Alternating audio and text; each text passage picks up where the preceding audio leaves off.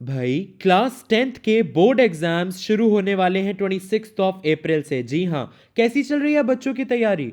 अरे यार, रिवीजन तो हम कितनी बारी करते हैं, लेकिन फिर भी ऐसा डर सा लगता है ना कि पता नहीं यार पेपर में क्या आएगा, बोर्ड एग्जाम में कहीं यहाँ से आ गया तो हम ये छोड़ के जा रहे हैं, करके जा रहे हैं, बहुत कुछ कर रहे हैं, पता नहीं क्या पूछ लेंगे, वो बहुत ज़्यादा टेंशन होता है ना।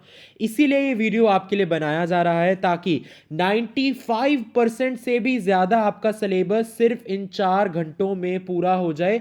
स्पेसिफिकली साइंस की अगर मैं बात करूं, जी हाँ, completing whole class 10th term two science syllabus in just 4 hours for exams आप कर सकते हो मेरे साथ। मैं आपको करवाऊंगा and that's my guarantee. We can do it, you can do it. ठीक है, तो क्या आप तैयार हो इस सफर के लिए जिसमें हम करने वाले हैं guaranteed questions for your class 10th term two science board exam? ये मैं ऐसे ही नहीं कह रहा गारंटीड क्वेश्चन, ये सच में बहुत ज्यादा जरूरी है। ये जो क्वेश्चंस मैं अभी आपके सामने एक्सप्लेन करूंगा प्रॉपरली विद सॉल्यूशंस, और आपको प्रैक्टिस के लिए भी दूंगा क्वेश्चंस, ये आपके लिए बहुत ज्यादा इंपॉर्टेंट वीडियो होने वाली है। ठीक है, इसके अंदर बेसिकली मैं जो प्रोवाइड करने वाला हूं वो सेक्शन ए आपका बोर्ड का कैसे आने वाला है। देखो, ये जो क्वेश्चंस है फर्स्ट ऑफ ऑल एक्सपर्ट्स द्वारा बनाए गए हैं। ठीक है, इसमें हमारे इनपुट्स भी मैक्सिमम है, बिकॉज ये ऐसे क्वेश्चंस है जो गारंटीड आपके बोर्ड एग्जाम के सेट के अंदर पूछे ही पूछे जाएंगे।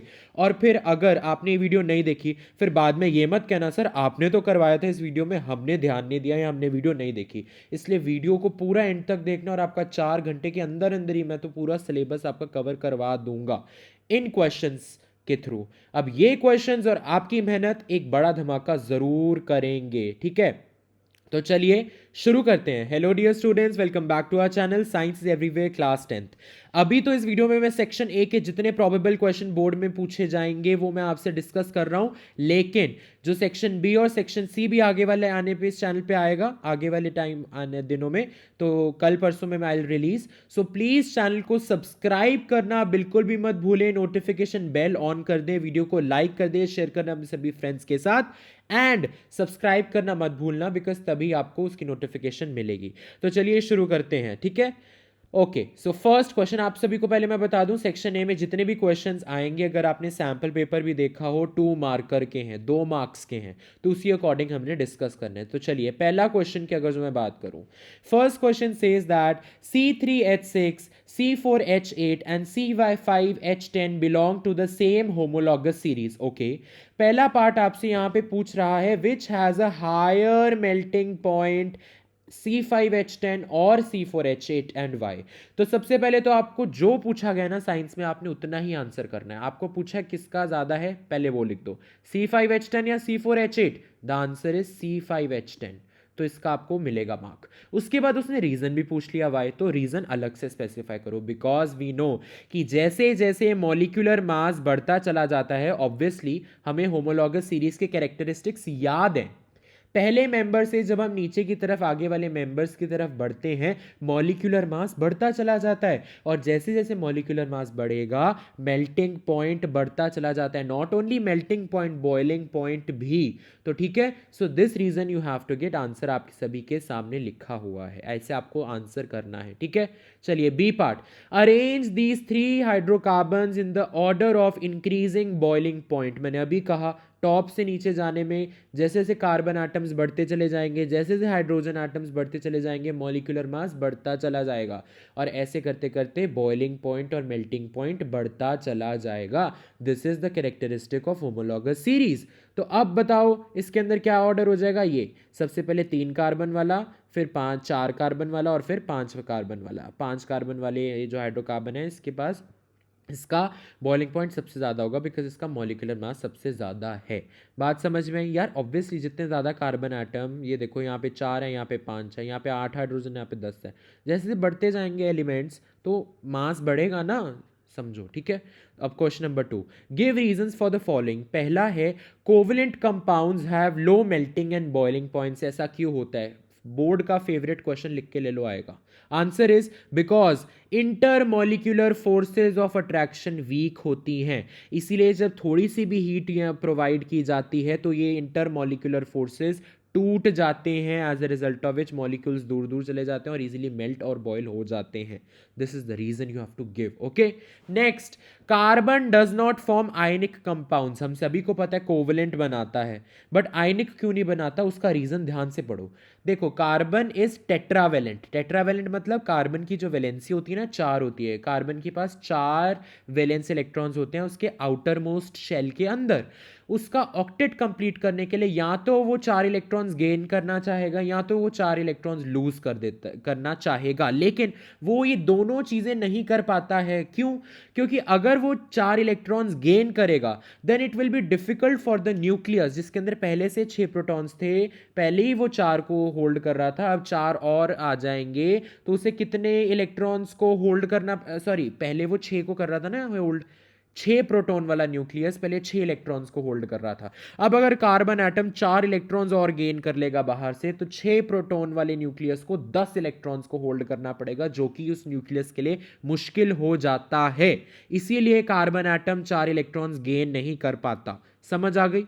ओके, अब वो 4 इलेक्ट्रॉन्स लूज भी नहीं कर पाता. अब इसका क्या रीजन है? बिकॉज 4 इलेक्ट्रॉन्स लूज करने में बहुत ज्यादा एनर्जी रिक्वायर्ड होती है, इतनी कार्बन नहीं लगा पाता. इसीलिए ना तो वो लूज कर सकता है ना तो गेन कर सकता है. इसीलिए आयनिक कंपाउंड्स भी नहीं बना सकता, बिकॉज आयनिक कंपाउंड्स तो ट्रांसफर से बनते हैं ना, या तो लॉस या गेन से. वो दोनों ही चीजें कार्बन नहीं कर पा रहा, इसलिए आयनिक कंपाउंड्स नहीं बना पा रहा. ये प्रॉपर आप एक्सप्लेन करोगे, ऐसे आंसर लिखा हुआ है वैसे ही बोर्ड में भी. बहुत इंपॉर्टेंट है ये वीडियो आप सभी बच्चों के लिए. ठीक है, चलो next question.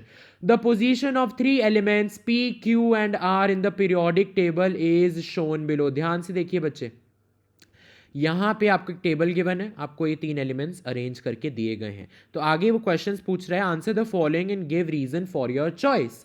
Identify the largest element. आपको largest element in P Q R, general कोई भी एलिमेंट होगा आपको आइडेंटिफाई करना है, सबसे बड़ा का है, यानी एटॉमिक रेडियस किसका सबसे ज्यादा है वो लार्जेस्ट हुआ ना.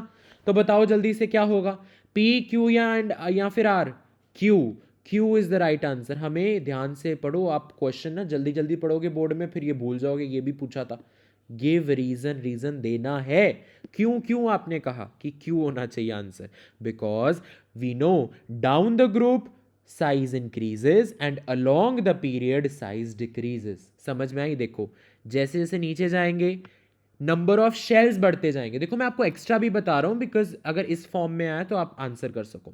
Number of shells keep on increasing, as a result of which क्या होता है, न्यूक्लियस और आउटर मोस्ट शेल के बीच का डिस्टेंस बढ़ता चला जाता है. Because down the group shells keep on adding up, increasing, कुछ भी कह सकते हो.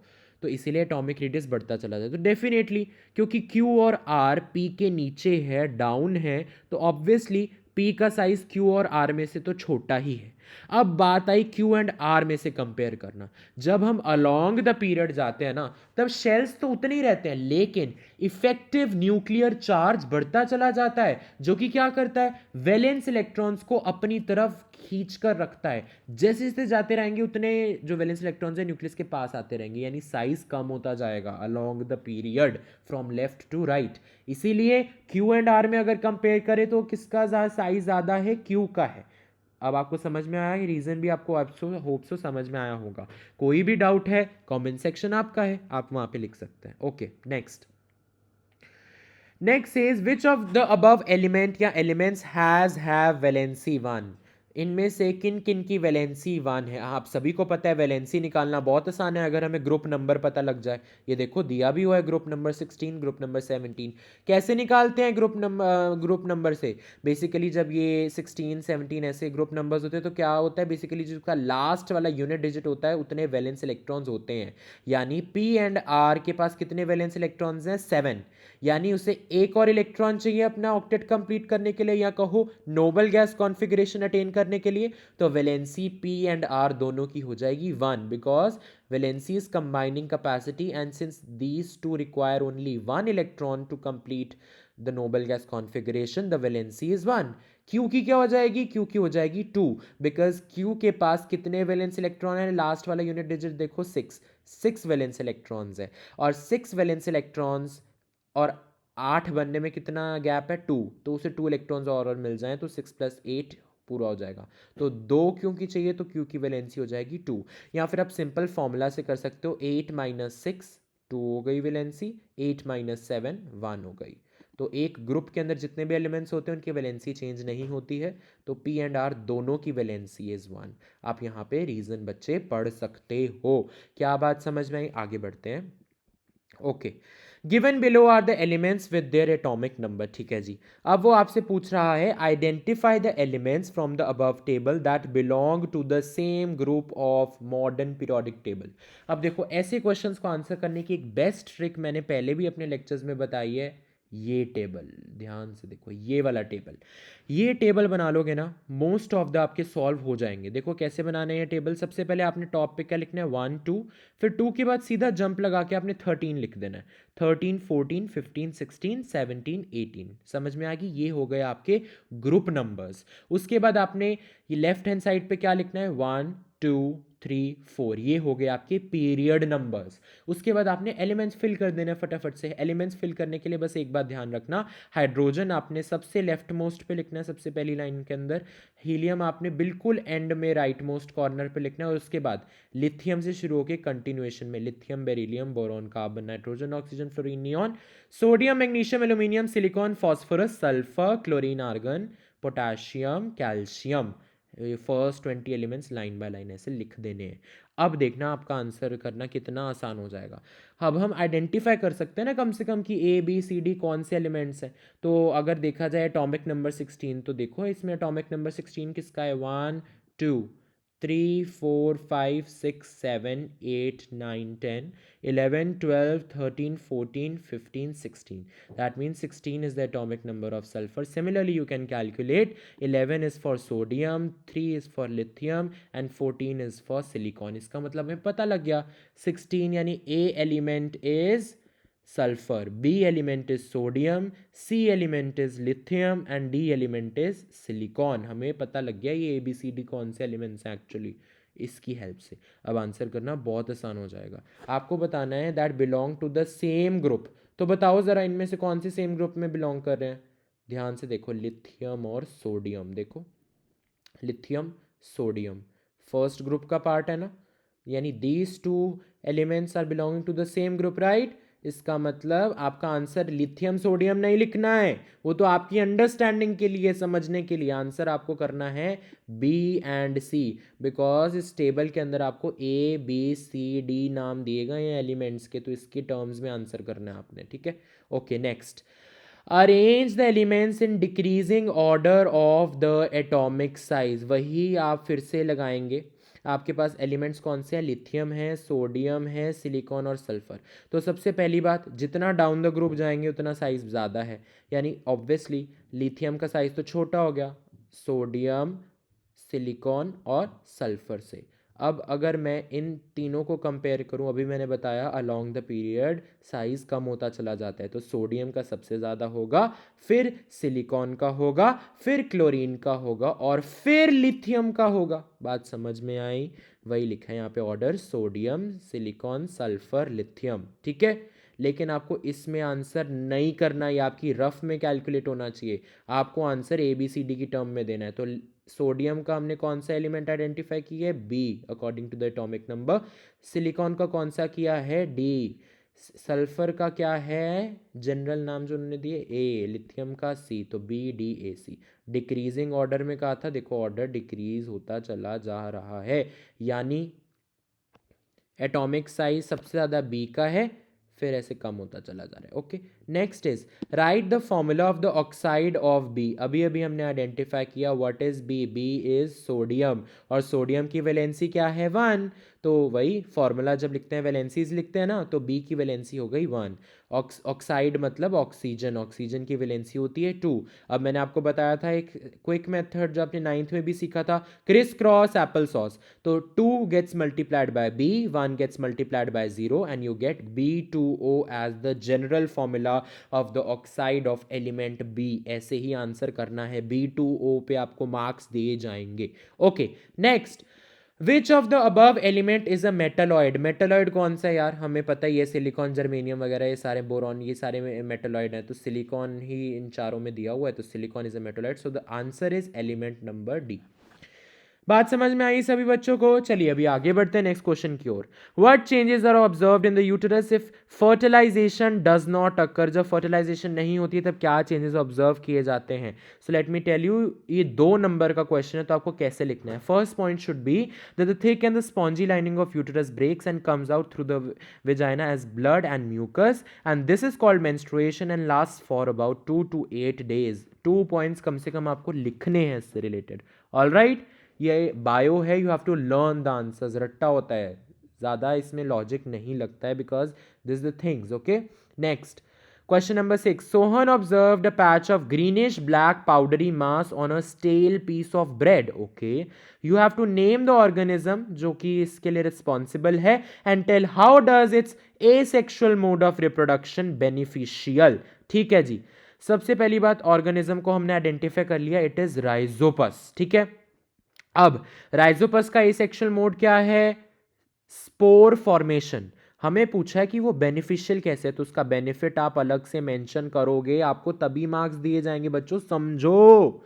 स्पोर फॉर्मेशन का बेनिफिट बच्चे ये होता है कि spores are covered with thick walls that help them overcome unfavourable conditions and protect them until they grow. समझ में आई? तो ये आपको लर्न करना है, ये आपको आना चाहिए, ये सारे क्वेश्चंस गारंटीड हैं फॉर योर बोर्ड एग्जाम। मतलब ये भी करके चले जाओ, you can get full marks in science, बहुत इंपॉर्टेंट है सभी। ठीक है, okay next, you have to also name its reproductive and non reproductive parts. तो रिप्रोडक्टिव कौन सा है? You can either write tiny blob like structures या आप स्पोरेंजिया, दोनों लिखोगे आपको मार्क्स मिल जाएगा, कोई भी दोनों में से एक लिख सकते हो। और नॉन रिप्रोडक्टिव पार्ट कौन सा है? You can either right thread like structures या आप प्रॉपरली मेंशन करना चाहो तो आप लिखो कॉल्ड हाइफे। बात समझ में आई सभी बच्चों को? Okay next, the diagram below shows the sperm and egg of humans. ठीक है, आगे पढ़ते हैं, क्वेश्चन के अंदर क्या कह रहा है वो। What is the need to create 2 different types of gametes in human beings? Justify your answer. No, this is a good question, you should remember the answer.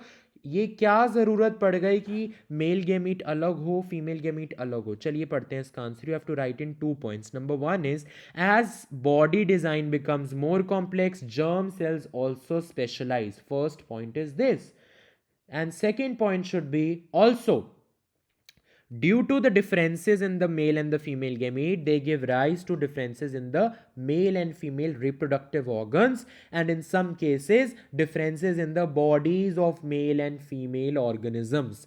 ये दोनों पॉइंट यू शुड रिमेंबर, आपको ऐसे ही लिखना है board के अंदर भी। समझ में आ गई? क्लियर है? चलिए आगे बढ़ते हैं क्वेश्चन नंबर 8 की ओर। अब मेरे को समझाने में अभी टाइम लग रहा है आपको, लेकिन जब आप एक बारी खुद ये सारे क्वेश्चंस करोगे आप तो बहुत जल्दी कर लोगे, आपको 4 घंटे का कुछ भी नहीं लगेगा। मैं तो ये टोटल बता रहा हूँ, section A plus section B plus section C, पूरा आपका 4 आवर्स के अंदर मैं करवा दूंगा और रिवाइज करवा दूंगा full. Okay next, a P plant with blue colored flower denoted by capital B is crossbred with a pea plant with white flower denoted by small b। What will be the color of the flowers in F1 generation, and show the genotype and phenotype of the flowers in F2 generation when the flowers of F1 generation were selfed? Show with the help of Punnett square. Punnett square मतलब जो हम cross बनाते हैं ना proper डब्बे के अंदर, वैसे। तो चलिए एक बारी देखते हैं आंसर। ये बेसिकली वही वाला आपका मोनो हाइब्रिड क्रॉस है ना, इतनी बारी प्रैक्टिस तो कर ही चुके होते हैं। F1 जनरेशन के अंदर कैसे प्रोजनी होती है? वैसी प्रोजनी होती है जो डोमिनेंट कैरेक्टर होता है। डोमिनेंट कैरेक्टर को हम कैपिटल लेटर से शो करते हैं, तो इसमें कैपिटल लेटर है कैपिटल बी, और जो कि कौन सा ट्रेट बता रहा है? ब्लू, यानी all the progenies will be blue in colour. ठीक है, उसके बाद उसने कहा F2 जनरेशन की फिनोटाइप बताओ। बच्चों को तो याद ही होती है ना, 3:1 is the right answer. And phenotype में सिर्फ 3:1 नहीं लिखोगे, ये प्रॉपर मेंशन करोगे ये रेशो किसकी है, blue colour is to white colour. या आप ऐसे भी लिख सकते हो 3 bracket blue is to 1 bracket में वाइट लिख देना। ओके नेक्स्ट, जीनोटाइप भी बच्चों को याद होती है। बच्चे यहाँ पे ना थोड़ी प्रिंटिंग मिस्टेक हो गई है, इट इज 1:2:1। प्लीज यहाँ पे करेक्ट कर लेना, make a correction, it is 1:2:1, यहाँ पे 1 होना चाहिए। ओके और ये रेशो जीनोटिपिक किसकी है, capital B is to capital B small B is to small B. अब ये आंसर्स हमने कैसे निकाले, हमें ये पुनेट स्क्वायर की हेल्प से शो करना है। तो चलिए हम फटाफट से बना देते हैं। देखिए यहाँ पे सबसे पहले यहाँ आप पेरेंट्स लिखेंगे, कैपिटल बी स्मॉल बी, फिर आप गैमीट्स लिखेंगे इनको तोड़कर, ठीक है। फिर आप F1 जनरेशन इस स्क्वायर की हेल्प से बनाएंगे, यहाँ पे ये वाले गेमीट्स लिखेंगे और टॉप पे ये वाले गेमीट्स लिखेंगे, और फिर आप कॉम्बिनेशन करेंगे कैपिटल बी स्मॉल बी के साथ ये, फिर ऐसे अलग अलग ये जो ऐसे कॉम्बिनेशन करोगे इसके साथ फिर इसके साथ, तो ये चारों एक ही तरह के हैं। यहाँ पे साइड पे लिख देना ऑल आर ब्लू, ठीक है। अब F2 जनरेशन बनाएंगे। अब पेरेंट्स क्या बनेंगे, ये जो बच्चे हुए हैं ये अब ये पेरेंट्स बन जाएंगे। Capital B small B are the parents. Now इनके गेमीट्स क्या होंगे, capital B small B. Again you make the Punnett square. आप ये वाले गेमीट्स यहाँ पे लिखोगे, आप फिर ये वाले गेमीट्स यहाँ पे लिखोगे, और आप फिर कॉम्बिनेशन करोगे कैपिटल बी ये रहा, कैपिटल बी स्मॉल बी ये रहा, स्मॉल बी कैपिटल बी को आप capital B small B rearrange करके ऐसे लिख सकते हो, और स्मॉल बी को आप ऐसे इकट्ठे लिख दोगे। तो आप यहीं पे मेंशन करोगे कि फिनोटाइप ऐसे, जैसे मैं आपको पहले बता रहा था ना, ऐसे लिखोगे, और जीनोटाइप ऐसे लिखोगे। क्लियर है? तो ये स्क्वायर आपको बनाना आना चाहिए। ओके, हो सकता है पेपर में डाईहाइब्रिड भी आ जाए, प्रैक्टिस दैट ऑल्सो, ठीक है। एक केस स्टडी भी है इनफैक्ट डाईहाइब्रिड की इसी चैनल पे। चलिए अभी तो हम ये वाले क्वेश्चंस देख रहे हैं जो बहुत ज़्यादा इंपॉर्टेंट है। Question number 9 first A part कह रहा है what happens when birds in the notches of Bryophyllum leaf fall on the ground. Very simple answer, they develop into new plants by the process of vegetative propagation. Okay, proper mention करोगे तभी marks मिलेगा। B part, name the type of asexual reproduction that takes place in the organism which causes Kala-Azar disease and which takes place in the malarial parasite। ठीक है, तो काला आजर कौन पहले तो करता है, हमें वो पता होना चाहिए, लीशमीनिया। और लीशमीनिया के अंदर कौन सा टाइप का एसेक्सुअल रिप्रोडक्शन होता है, बाइनरी फिशन। ठीक है, मलेरियल पैरासाइट कौन हो गया, प्लाज्मोडियम। ठीक है, और उसके अंदर कौन सा रिप्रोडक्शन मेथड होता है, multiple fission. You should remember in both of them. अच्छा, एक आपको टास्क देता हूँ, देखते हैं कौन आंसर बच्चे करेंगे। तो ये आपका एक DIY, थोड़ा सा अभी आंसर कर दो कमेंट सेक्शन के अंदर पॉज करके वीडियो, कि लीशमेनिया के जो ये बाइनरी फिशन करता है लीशमेनिया, इसमें स्पेशल चीज़ क्या होती है, ऐसा क्या स्ट्रक्चर होता है या किस वे में लीशमेनिया करता है कि बाइनरी फिशन स्पेशल बन जाती है। ज़रा मेंशन करना मुझे कमेंट सेक्शन के अंदर अगर NCERT ध्यान से पढ़ी हो आपने। ठीक है, ओके, ये तो मतलब NCERT के अंदर गिवन है वैसे ये। Okay, next question number 10 A part, sex chromosomes differ in man and women, comment. आपको बताना है ऐसा क्यों होता है। ओके, मैं मतलब कैसे कह सकते हो आपकी डिफरेंट होते हैं, मैं बताता हूँ कैसे। नंबर आप ऐसा आंसर करोगे, women have a perfect pair of sex chromosomes both called X। ठीक है, whereas men have a mismatched pair in which एक तो normal size का होता है X and the other one is short sized, that is called Y। so women are XX and men are XY, and thus we can say that the sex chromosome in women and men are different। men में XY है sex chromosomes और women में XX है, different है। समझ में आया? Next, What is the sex of the baby that inherits an X chromosome from the father? तो क्या होगा, देखो, the baby is always going to get X from the mother, irrespective कि वो गर्ल है या बॉय है, उसे एक्स मिलेगा हमेशा अपनी मदर से। तो अब उसका जो सेक्स है वो किस पे डिपेंड करता है, क्या होगा, ही और she will be a boy और अ गर्ल। वो डिपेंड करता है कि फादर से उसने कौन सा क्रोमोसोम इनहेरिट किया। अगर वो एक्स क्रोमोसोम इनहेरिट करता है तो क्या हो जाएगा sex, it will B female. अगर आप फीमेल भी लिखोगे तो भी आपको मार्क्स मिलेंगे। If you like that the baby is a girl तो भी आपको मार्क्स मिलेंगे, because females, girls, women have XX as the pair of sex chromosome। बात समझ में आई अब सभी बच्चों को? चलिए आगे बढ़ते हैं। Very important question this is now, सारी इंपॉर्टेंट है और सारी प्रॉबेबल है कि बोर्ड में आएंगे। How is the equal genetic contribution of male and female parents ensured in the progeny. यानी बच्चों में equal genetic contribution from the mother as well as the father कैसे इंश्योर की जाती है, आपको प्रॉपरली एक्सप्लेन करना है। इसका आंसर थोड़ा सा बड़ा है, ध्यान से देखो, समझ जाओगे तो खुद की लैंग्वेज में भी लिख लेना। ठीक है, Okay, this is because equal number of chromosomes are inherited by the progeny from the father as well as the mother. ये हम कैसे कह सकते हैं, देखो टोटल 23 पेयर्स होते हैं, ठीक है। उसके अंदर ना एक ऑर्गेनिज्म की अगर मैं बात करूँ, फिर चाहे वो कोई भी है, 23 पेयर्स होने चाहिए। उसमें 22 पेयर्स होते हैं ना, उन्हें ऑटोसोम्स कहते हैं, और एक पेयर होता है सेक्स क्रोमोसोम। तो अगर मैं मदर की बात करूँ तो उसका कॉम्पोजिशन क्या होएगा, जेनेटिक कॉम्पोजिशन 22 प्लस XX, यानी 22 पेयर्स ऑफ ऑटोसोम्स। एक पेयर में दो ऑटोसोम्स होते हैं, 22 पेयर्स मतलब 44 autosomes plus one pair of sex chromosomes, वो हमें पता है XX होता है लेडीज के पास। फादर के पास क्या हो जाएगा, 22 पेयर्स ऑफ ऑटोसोम्स यानी 44 autosomes in number plus these two chromosomes, that forms one pair of sex chromosome, that is XY. Okay, now both have single set of genes, ये एक सेट हो गया, ये दूसरा सेट हो गया, है ना, and so they are called haploid. नहीं, ये वाली लाइन आप प्लीज कैंसिल कर दीजिए, गलत है।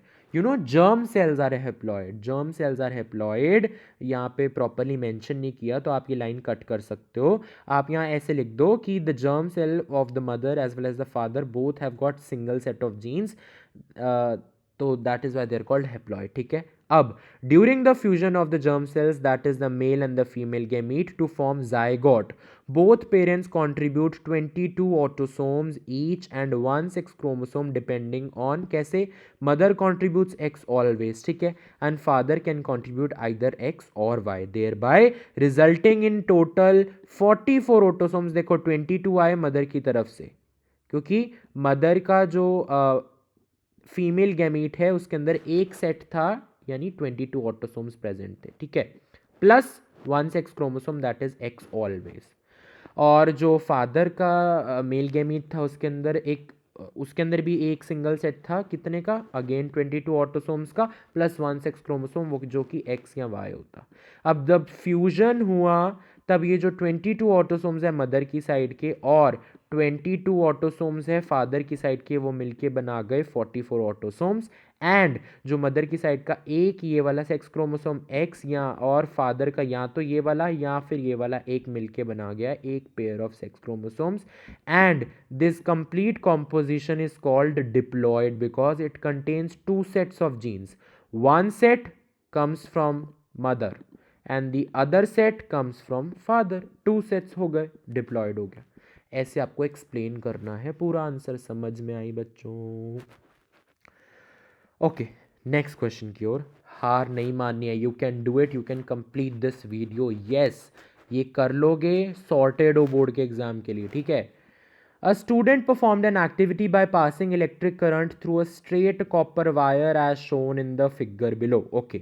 Name the physical quantity representing the concentric circles shown in the figure. ये जो आपको ये concentric circles दिखाई दे रहे हैं, ये क्या represent कर रहे हैं बच्चों, जल्दी से बता दो, क्या, magnetic field. Don't write magnetic field lines, वो तो है ही, बट कौन सी फिजिकल क्वांटिटी रिप्रेजेंट कर रहे हैं, आंसर इज मैग्नेटिक फील्ड, ठीक है।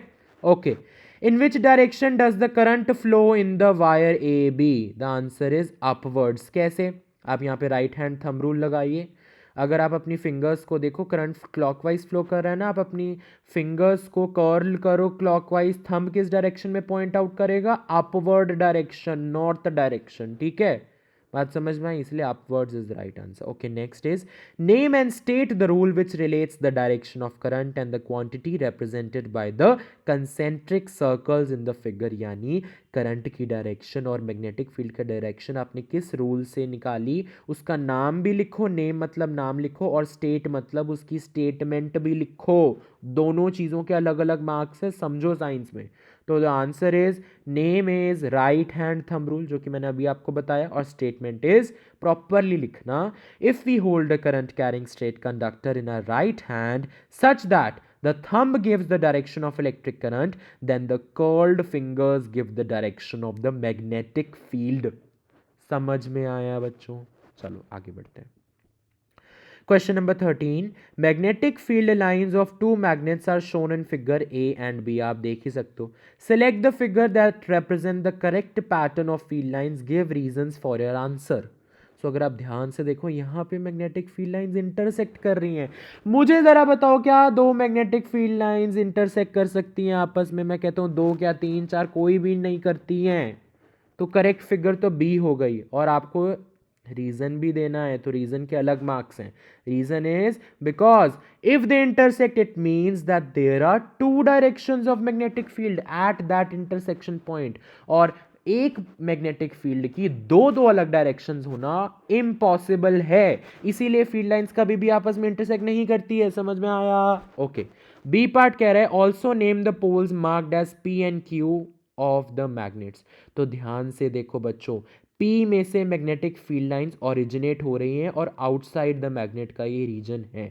Q से भी बाहर ओरिजिनेट हो रही है, और हम सभी को पता है outside the bar magnet north pole is the pole जिसमें से फील्ड लाइंस बाहर निकलती हैं। तो P भी नॉर्थ पोल है, Q भी नॉर्थ पोल है, इसीलिए the answer is both are north pole. Okay, next question number 14 का ये पार्ट है what are trophic levels in a food chain. तो आप लिखोगे ईच स्टेप और level in a food chain is called trophic level. क्या बात समझ में आई? आप आगे कंटिन्यू थोड़ा एक्स्ट्रा लिखना, लिख देना they are occupied by firstly the producers then the consumers primary secondary tertiary, ऐसे करके कुछ लिख सकते हो। एंड देन मार्क्स वैसे तो इसी बात के आपको मिलने चाहिए। Next, state the law that explains the flow of energy through food chain. हम सभी को पता है फ्लो ऑफ एनर्जी यूनिडायरेक्शनल है, बट ये कौन सा लॉ बताता है? So let me tell you, it tells the 10% law. तो इसकी डेफिनेशन अगर आप ऐसे लिखोगे, पूरे नंबर है आपके। Energy captured by the autotrophs, autotrophs मतलब ग्रीन प्लांट्स जो का खुद का खाना बनाते हैं फोटोसिंथेसिस से, does not revert back to the solar input. जो एक बारी एनर्जी ग्रीन प्लांट्स ने अब्जॉर्ब कर ली, फिर वो वापस सोलर यानी सन को नहीं दे सकते, because only 10% of energy is transferred to the next level. आप यहाँ पे ये भी लिख सकते हो कि सन से अब्जॉर्ब करते टाइम 1% अब्जॉर्ब होती है, उसके बाद जब वो प्लांट उस 1% सनलाइट को कन्वर्ट कर देता है फूड एनर्जी, फिर वो फूड एनर्जी का 10% अगले लेवल ऑफ या फिर को अगले ट्रॉफिक लेवल पे ट्रांसफर होता है, and the rest of the food energy is either utilized or lost to the environment। And ये जो 10% आगे ट्रांसफर हुई है पिछले वाले ट्रॉफिक लेवल के पास नहीं अवेलेबल होती, because it can not revert back. समझ में आया? Thus we can say the flow of energy is unidirectional. तो ऐसे प्रॉपरली कीवर्ड्स से आंसर दोगे तभी मार्क्स मिलेगा। Okay, now 15th question. A part है how would the strength of magnetic field due to the current carrying loop be affected. अगर current को loop के अंदर उसका मैग्नीट्यूड बढ़ा दिया जाए, सोचो पहले 5 एम्पियर फ्लो कर रहा था, अभी 20 कर रहा है। Give reason for a answer also. So the answer is it increases. ऐसे मैं क्यों कह सकता हूँ? बिकॉज सिंपल सी बात है यार, magnetic field due to a current carrying loop is directly proportional to the amount of current flowing through the loop. तो अगर करंट बढ़ेगा तो मैग्नेटिक फील्ड की स्ट्रेंथ भी बढ़ेगी। बात समझ में आई है? बी पार्ट पढ़ते हैं, इसका क्या कह रहा है। A current is flowing in a circular loop of wire placed in a horizontal plane in the clockwise direction. Find the direction of the magnetic field at the centre of the wire. Again right hand thumb rule लगाइए, आपका answer अपने आप निकल के आएगा into the plane, या कहो inwards into the plane. बात समझ में आई? Okay. You can also write perpendicular in the inward direction, perpendicular to the plane या perpendicular into the plane। okay? अच्छा, अब नेक्स्ट 16th क्वेश्चन पे आगे। ए पार्ट कह रहा है what happens to the force acting on a current carrying conductor when it is placed in a uniform magnetic field perpendicular to the field. ठीक है, तो मैं आपको बता दूं, जब भी करंट कैरिंग कंडक्टर को ऐसी तरह प्लेस किया जाता है कि उसका डायरेक्शन और मैग्नेटिक फील्ड के डायरेक्शन में 90 डिग्री का एंगल बनता है, यानी परपेंडिकुलर प्लेस किया जाता है, तब बच्चे मैक्सिमम फोर्स एक्ट करता है कंडक्टर के ऊपर, मैक्सिमम फोर्स। और अगर यही क्वेश्चन में पूछा जाता कि कंडक्टर को पैरेलली या एंटी पैरेलली यानी 0 डिग्री बना रहा है एंगल मैग्नेटिक फील्ड के डायरेक्शन के साथ, तो क्या होता? तब कोई मैग्नेटिक फोर्स ना एक्ट करता। ठीक है, ओके। बी पार्ट कह रहा है state the direction of magnetic field in the figure shown below. तो अगेन हम वही left hand Fleming's left hand rule use करेंगे। हमें किसकी डायरेक्शन बतानी है? मैग्नेटिक फील्ड की। तो अगर आप ध्यान से देखो फोर्स की तो काफ़ी क्लियर है। अच्छा, करंट की डायरेक्शन क्या होएगी? देखते हैं कौन बताता है। इलेक्ट्रॉन के फ्लो के अपोजिट होएगी ना, समझ में आया? यस, इलेक्ट्रॉन्स के फ्लो के ऑपोजिट होएगी करंट की डायरेक्शन, और इसीलिए करंट की डायरेक्शन ये होएगी। कन्वेंशनल तरीके से ऐसे ही लेते हैं ना, तो जब आप फ्लेमिंग्स लेफ्ट हैंड रूल लगाओगे डायरेक्शन अपने आप आ जाएगी perpendicular to the plane of the paper in the inward direction. ठीक है, okay. 17th question, why is there a large hue and cry for the use of CFCs? ऐसा क्यों होता है? Very important question again. CFCs are the harmful chemicals which lead to the depletion of ozone layer. अच्छा, सिर्फ ये कहने से तो नहीं होता ना, कुछ हमें बताना भी पड़ेगा कि अगर ओजोन लेयर डिप्लीट होगी तो क्या होगा। अगर ऐसा हो जाएगा then harmful ultraviolet radiations of the sun can reach the earth and cause skin cancer, cataract etcetera in human beings. इसीलिए मिन्नतें की जाती हैं कि CFCs मत यूज़ करो, बैन लगाओ इस पे। बैन तो लगा है बट अभी भी यूज़ होते हैं ACs, रेफ्रिजरेटर्स में। ठीक है, and the next question is, and the last question for this video for section A is, in a certain study conducted on occurrence of DDT along food chains in an ecosystem, जो DDT की concentration grass के अंदर पाई गई है that is 0.5 ppm। ppm stands for parts पर million. Sheep के अंदर 2 ppm पाई गई है, मैन के अंदर 10 ppm। पूछ रहा है कि DDT की कंसंट्रेशन आदमी या को ह्यूमन बीइंग के अंदर इतनी ज़्यादा क्यों है। सो the answer is that the top level, सबसे हाईएस्ट लेवल होता है ना जो फूड चेन का, highest trophic level, that is always occupied by man, you can say human being. Okay, and since हमें ये भी पता है कि biological magnification is observed highest in the topmost level of any food chain, therefore the concentration of DDT is maximum in the case of man। ये 1 mark का था तो हमने शॉर्ट में एक्सप्लेन कर दिया। अगर इंडिविजुअली 2 मार्क्स का आता है तो आप बायोलॉजिकल मैग्निफिकेशन को थोड़ा एक्सप्लेन करोगे। DDT is a non biodegradable material, it gets accumulated as we move progressively to the higher trophic levels, and since the topmost level contains the highest concentration of this DDT, therefore it will be seen in man because man occupies the highest level always, हमेशा, चाहे आप कोई भी food chain उठा के देख लो। We are the ones, we are the human beings, we are the ones जो हमेशा टॉप लेवल ऑक्यूपाई करते हैं। ठीक है, ये समझ में आए सारे क्वेश्चंस? आए होंगे, आई होप सो। या कोई भी डाउट है पूछ लेना। अब बहुत इंपॉर्टेंट चीज़, मैं आपको आपकी प्रैक्टिस के लिए क्वेश्चंस दे रहा हूँ और ये क्वेश्चंस आप खुद सॉल्व करोगे। कोई भी डाउट है ना कमेंट सेक्शन की इस वीडियो में लिखना। अगर कोई डाउट ज़्यादा होंगे I will make another video, वो कम भी होंगे, आपका एक भी डाउट है that also will be clear. तो ये लो जी, फटाफट से स्क्रीनशॉट लेना शुरू कर दीजिए। ये है आपके क्वेश्चंस। ठीक है, स्क्रीनशॉट पॉज करो, लेते रहो, ये आपकी सेल्फ प्रैक्टिस के लिए। ठीक है,